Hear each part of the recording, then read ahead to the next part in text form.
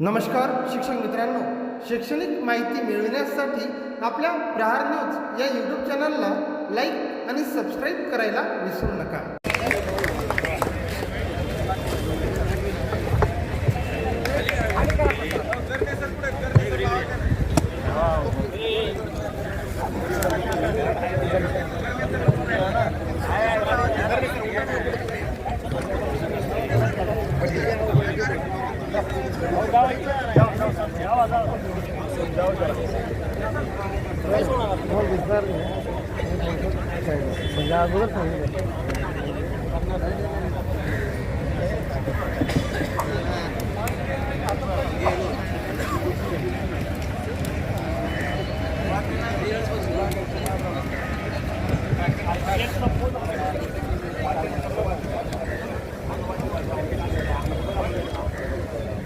गे सुया गे पोत गे पनी गे गमा गे सुया गे पोत गे पनी गे गमा आंधळीला आरसा घे टकलीला बक्कल घे आणि तुझ्या म्हाताऱ्याला खेळाला खुरकुळा घे दादा. काय झालं दादा? काय करते तू सुया गे पोत गे इकडे कार्यक्रम काय चालला तू म्हणते काय अय भाऊ मी काय चोरी करते गडा टाकते माझ्यावाला सामान निघते महान माझ्या लेकराचं पोट भरते भाऊ. तुला काही घ्यायचं का दादा? नाही नाही तुला काही घ्यायचं का भाऊ? असं काय बोलतो दादा? अरे पैसे नको देऊ, वाईच अर्धी चोकड भाकर दे, महान माझ्या लेकराचं पोट भरण, तुला आशीर्वाद लागेल दे दादा. काही तर घे. नाही काहीच घेत नाही. बरं मी काय म्हणतो हा फुकटा दे का फुकटार बरं द्या ना तू. ते म्हणते ना दादा इकडचं असलं तर घे ना कोणी आणि फुकटचं असलं तर बापले कोणी. पण फुकटा सांगते पण काय सांगते जरा ध्यान देऊन ऐक बरं का दादा. हा आणि तुला काय वाटलं भाऊ? अरे मी काही या ठिकाणी सुया पोता पिना काय कचका विचका विकायला नाही आले. अरे माझे हे शिक्षक बांधव, माझ्या या शिक्षक भगिनी यांच्या न्याय हक्काच्या लढाईसाठी, या लढाईत सामील होण्यासाठी या ठिकाणी आले भाऊ.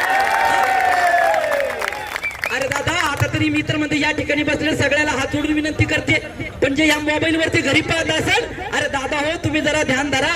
या ठिकाणी आपली ढोलकी वाजवणं बंद केली, उद्या आपलं जगणं सुद्धा बंद करेल. म्हणून म्हणतो बहुसंख्येनं जास्तीत जास्त संख्येनं या ठिकाणी शिक्षकांना यायला पाहिजे. बरोबर इकडे दादा? बरोबर. अरे भारुडातून मी हेच सांगते, माझ्या शिक्षकाचं काय जगणं असतं. अरे केवढी मोठी शोकांतिका आहे दादा. अरे देशाचं भविष्य घडवण्याचं काम तुमच्या हातात आहे, देशाचं भविष्य घडवण्याचं काम शिक्षकाच्या हातात आहे. पण आज काय होत चाललंय, शिक्षकाचं भविष्यच अंधारात आहे. पण हे कशामुळे होतं? जोपर्यंत आपण एकजुटीनं जास्तीत जास्त संख्येने हा लढा या ठिकाणी देत नाही, तोपर्यंत या सरकार मायबापाला सुद्धा जाग घेत नाही. म्हणून म्हणते दादा जे खरी असेल ना त्यांनी सर्वांनी जास्तीत जास्त संख्येने या मैदानावर यायला पाहिजे. बरोबर की दादा? पण मी काय सांगते जरा ध्यान देऊन ऐक बरं का दादा.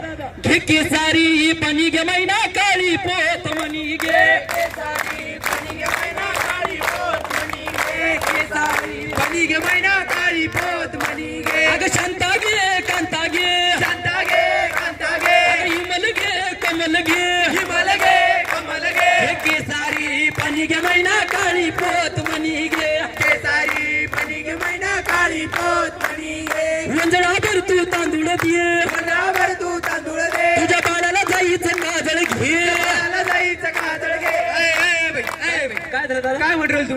तुझ्या बाळाला जायचं काजळ घे. बरोबर आहे दादा. आजकाल कोण काजळ फिजळ आजकाल कोण काजळ फेजळ वापरतात भाऊ? अरे पण आजकाल कोण काजळ फेजळ वापरत नाही, पण आपल्या भारुडात तसं काही म्हणता येत नाही, म्हणून सोप्या भाषेत म्हणावं लागतं दादा. तुला जे लागेल ते घे भाऊ. माझ्याजवळ संध आहे, माझ्याजवळ बारा पलस आहे, माझ्याजवळ बारा पलस आहे, माझ्याजवळ फिरून लावली आहे दादा. पण मला सांग दादा, परमेश्वरानं भगवंताना सुंदर असा देह दिला, सुंदर असा चेहरा दिला, त्याच्यावर किती फिरून लावली तर चेहरा गोरा होतो का?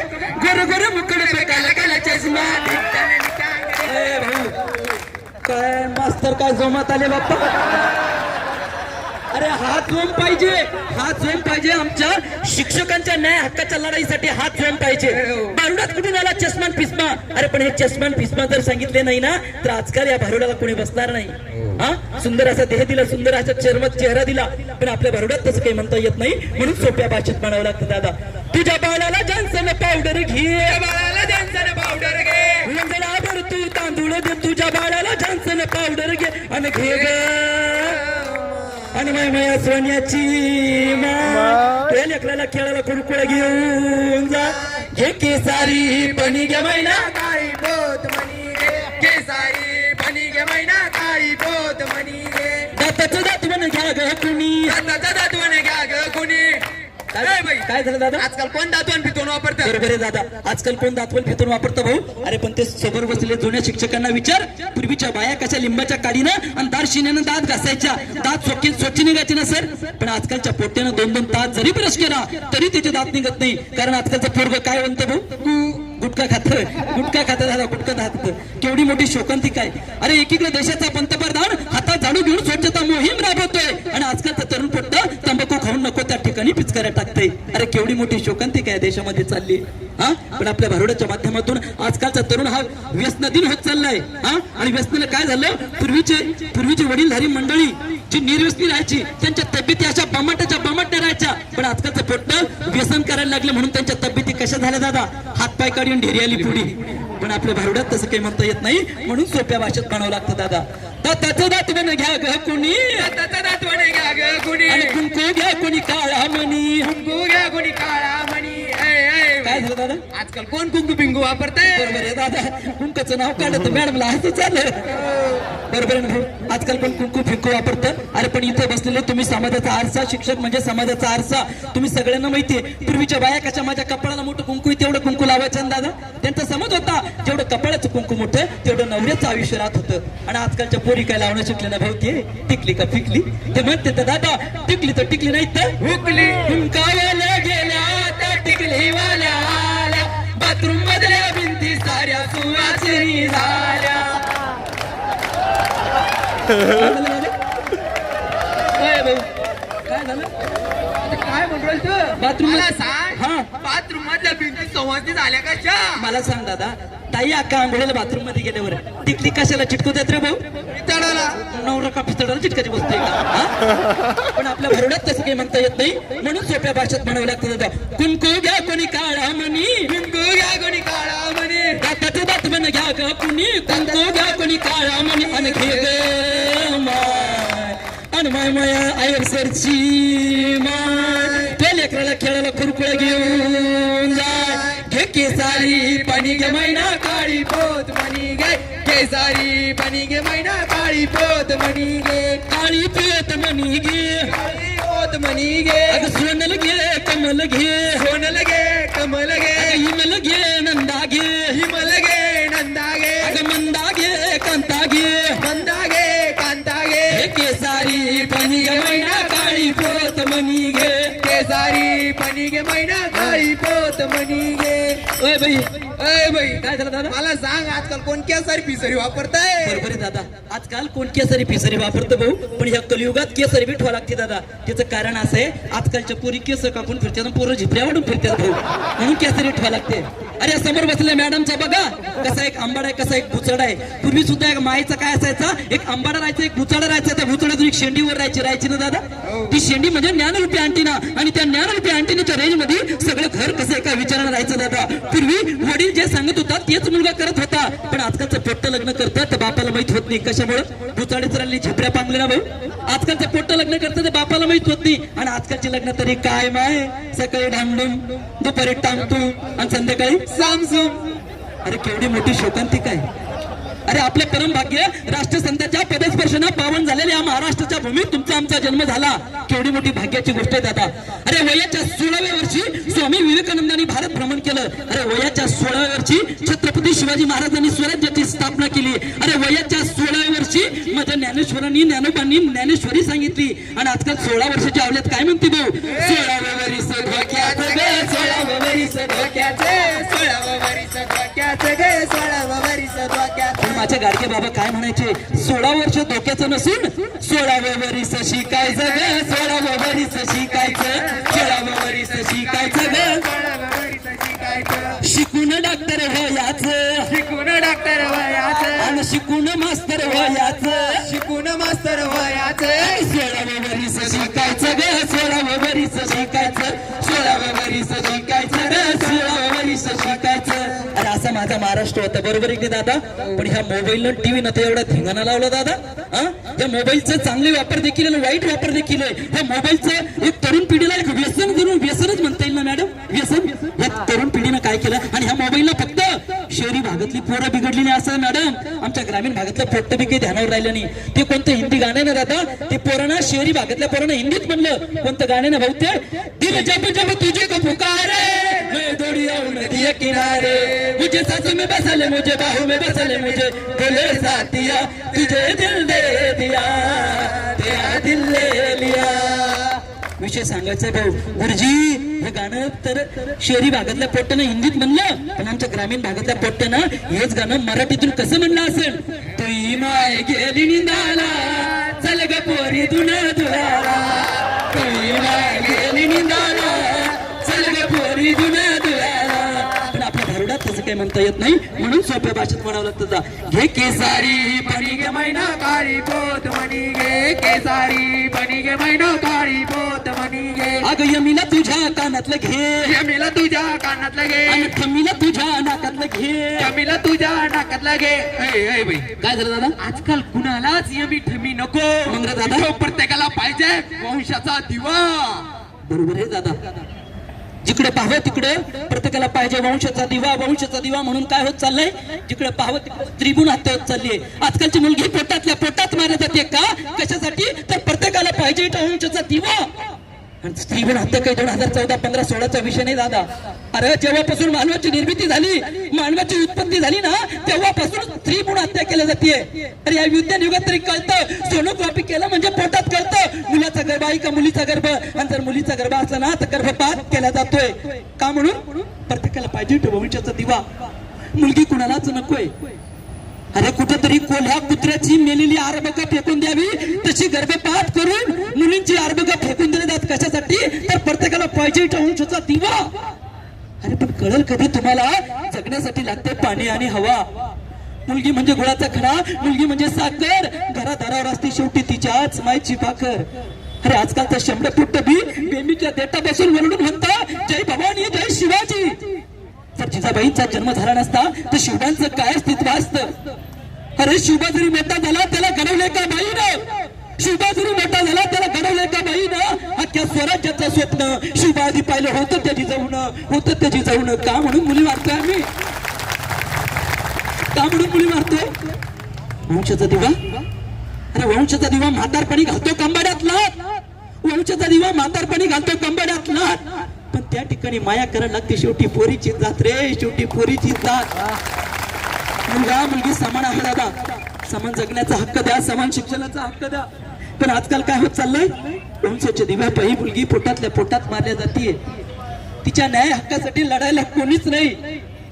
अरे आज जरी गर्भपात केंद्र बंद केली असली तर चोरून का होईना कुठेतरी सोनोग्राफी केली जाते, चाचणी केली जाते, मुलगी पोटातल्या पोटात मारली जाते. कशासाठी, वंशाचा दिवा. वा रे वंशाचा दिवा. अरे मुलगा जसा वंशाचा दिवा होऊ शकतो तशी मुलगी सुद्धा वंशाची पंथी होऊ शकते. पण ती जर घराच्या उंबरठ्यात ठेवली ना, पण ती घरातही उजेड देते आणि अंगणातही उजेड देते. म्हणजेच मुलगी 2 घराचा उद्धार करते, सासरचा आणि माहेरचा. वाईट वाटू नका दादा, न्याय हक्काची लढाई आहे. न्याय हक्काच्या लढाई पाहिजे, आपण ती लढाई लढायला पाहिजे. माझं भारूड विनोदावर घेऊ नका. आपण कशासाठी जमलो इथं, शासन मायबापानं आपलं अनुदान द्यायला पाहिजे. का म्हणून देत नाही अनुदान, पण त्याच्या चुकी जर कुणाची असेल ना तर आपल्या शिक्षक बांधवांची असेल. अरे 7,000च्या वर आपले शिक्षक बांधव आणि आपण इथे कोणत्या संख्येने उपस्थित आहे, का म्हणून आपण येत नाहीये. 20%, 40%, 60% याच्यातच आपलं झालं असं नाहीये. अरे हा शिक्षक आंदोलनाचा लढा कुठेतरी तीव्र व्हायला पाहिजे. जोपर्यंत आपली संख्या इथं जास्तीत जास्त येत नाही ना, तोपर्यंत आपली या ठिकाणी कोणी किंमत सुद्धा करणार नाही. मी घरी बसलेल्या शिक्षकांना हात जोडून विनंती करतो, अरे आपल्या न्याय हक्काच्या लढाईसाठी हा आझाद मैदान आपल्याला गाठायचंय. का म्हणून आपण येत नाही. अरे आरक्षण आमच्या हक्काचं नाही, कुणाच्या बापाचं, एवढंच म्हणून ते जमणार नाही. ते घेतल्याशिवाय आपल्याला स्वस्थ बसता येणार नाही आणि ते यायलाच पाहिजे. आपण सर्व बहुसंख्येने या आझाद मैदानावर यायला पाहिजे, आपल्या हक्काची लढाई. अरे अनेक शिक्षकांनी आपले प्राण गमावले रे. उद्या मी असं म्हणत नाही, मी सुद्धा एक विनाअनुदानित शिक्षकाचे. जर उद्या माझं काही बरं वाईट झालं, जसं काही शिक्षकांचं या ठिकाणी झालेलं आहे, त्या जगाचा निरोप घेऊन ते शिक्षक गेलेले आहे. इथं त्या शिक्षका जागी प्रत्येक जण आपण स्वतः त्या जागी बसा. काय अवस्था असेल त्या शिक्षकाची. कोणीतरी 20% असताना आपला जीव गमावला, कोणी 40% असताना आपला जीव गमावला, कुणाला पगारच नसेल त्यांनी आपला जीव गमावला. आता विचार करा त्या मायची, त्या दादाच्या, त्या शिक्षकाच्या लेकराची, त्या मायची काय अवस्था असेल. कुठेतरी मोलमजुरी करून पोट भरावं लागत असेल. मोठ्या शाळेत जाणारं पोरग आज कुठेतरी कोणत्या शाळेत जात असेल. माझा बाप शिक्षक आहे, माझा शिक्षक, मी स्वतः शिक्षक आहे. हो, मी स्वतः शिक्षक आहे. माझी परिस्थिती तर सांगितली ना. 6 महिन्यात कोमात राहिलेला माणूस मी. 6 महिन्यात कोमात राहिलेला माणूस मी. 6 महिने कोमात होतो. माझा अपघात झाला होता आणि पगार नसताना ती कंडिशन माझ्यावर काय असेल. आणि वाईट वेळ आली दादा. कोणी कुणाचं नसतं बरं, कोणी कुणाचं नसतं. अरे आपणच आपले आहे. आपणच एकजुटीनं हा लढा दिला पाहिजे. जोपर्यंत आपली बहुसंख्येनं आपण या ठिकाणी येत नाही ना, तोपर्यंत आपली कोणी दखल सुद्धा घेणार नाही. भारुडात सांगासारखं भरपूर आहे दादा. हा, पण न्याय हक्कासाठी आपण या ठिकाणी यायला पाहिजे. विचार करा, ज्या शिक्षकांचं जीवन या लढ्यासाठी संपले असतील, काही शिक्षक नोकरीवर असताना गेले असतील, त्या कुटुंब खरंच किती डिस्टर्ब झाला असेल. विचार करा ना. हो, जर उद्या माझं जर काही बरं वाईट झालं, मला अजून पगारही नाही, हो ना, कुठली माझ्या पगार नाही ना, मला कुठली सुरक्षा नाही ना, मला कुठलं दवाखान्याचं असेल काही असेल कोणतीही सुरक्षा नाही. आणि तुटपुंच्या पगारीत 20% 40% आमचं होणार तरी काय. 7,000 रुपये माझा नुसतं मेडिकलचा खर्च आहे दर महिन्याचा. मला शुगर आहे, मला बीपी आहे. उद्या चालून मी म्हणत नाही ही वेळ कोणावर यावी, पण सांगतात नाही नियतीचा घाला कसा असतो. उद्या जर तुमचं बरं वाईट झालं ना, तर तुमची मुलगी, तुमचा मुलगा, तुमची पत्नी यांनी कोणत्या भरोश्यावर जगायचं. हो, मास्तरचं लय अवघड झालं. हो, शिक्षक आहे, टापटीप कपड्यात दिसतं, हसणाऱ्या चेहऱ्यामागे नेहमी दुःखाचा डोंगर असतो. तो डोंगर कुणालाच दिसत नाही. बरोबर आहे ना दादा. आता तरी घरी राहिलेल्या सर्वांना विनंती करतो, जास्तीत जास्त संख्येने या ठिकाणी यायला पाहिजे दादा. बरोबर आहे की नाही. पण आपल्या भारुडात तसं काही म्हणता येत नाही, म्हणून सोप्या भाषेत म्हणावं लागतं दादा. मी जरा भारूड सोडून दुसरीकडेच गेले ना बाबा. बरोबर आहे ना. अरे पण माझा या ठिकाणी माझ्या बऱ्याच भगिनी, माझ्या माता, माझ्या भगिनी, माझे बांधव हे बऱ्याच दिवसाचे या ठिकाणी येऊन बसले. त्यांना लेकरं बाळ नसतील का दादा, त्यांना घरदार नसेल का दादा. मग आपलं भारूड सोडून जर आपण यांच्या न्याय हक्कासाठी थोडं जर बोललो असेल तर काही वाईट आहे का भाऊ ते. हा, मी काय म्हणत दादा, अगं यमीला तुझ्या कानातलं घे, यमीला तुझ्या कानातलं घे, आणि कमीला तुझ्या नाकातलं घे, कमीला तुझ्या नाकातलं घे, आणि घे ग आणि माय समोर बसलेल्या मॅडमची माय, आणि माया मोबाईल वाल्या ताईची माय, पलकीला बांगड्या पोती घेऊन घे केसारी पाणी गे मैना काळी पोत मनी गे, केसारी पाणी गे मैना काळी पोत मनी गे, अग काळी पोत मनी गे, काळी पोत मनी गे, अग काळी पोत मनी गे, काळी पोत मनी गे, घे केसारी पाणी गे मैना काळी पोत मनी गे, केसारी पाणी गे मैना काळी पोत मनी गे. बरोबर आहे की दादा. अरे अनुदान आमच्या हक्काचं नाही कुणाच्या बापाचं, अरे अनुदान आमच्या हक्काचं नाही कुणाच्या बापाचं, अरे कोण म्हणतो देत नाही, कोण म्हणतो देत नाही. घेतल्याशिवाय राहत नाही. बरोबर आहे की नाही दादा. तुम्हाला काही घ्यायचं का भाऊ. काय पाहिजे. बरोबर आहे दादा. अनुदानासाठी आणि 100% तुम्हाला अनुदान मिळाल्याशिवाय राहणार नाही. जोपर्यंत आपण जास्तीत जास्त संख्येने या आझाद मैदानावर येत नाही ना, तोपर्यंत आपल्याला अनुदान भेटणार नाही. बरोबर आहे की नाही दादा. हा, चल दादा आपण थोडं वेळ शंकर करून येऊ. यांचा काहीतरी कार्यक्रम चालतो, पुन्हा काहीतरी उडवून येऊ. नुसती ढोलकी म्हणून काय झालं, या शिक्षक मायबापाच्या टाळ्या, यांच्या टाळ्यात असलेला आनंद आणि त्यांच्या चेहऱ्यावर अनुदानाचं असलं दुःख आपल्याला समजून येतं. बरोबर आहे का. चल भाऊ येसूया गे.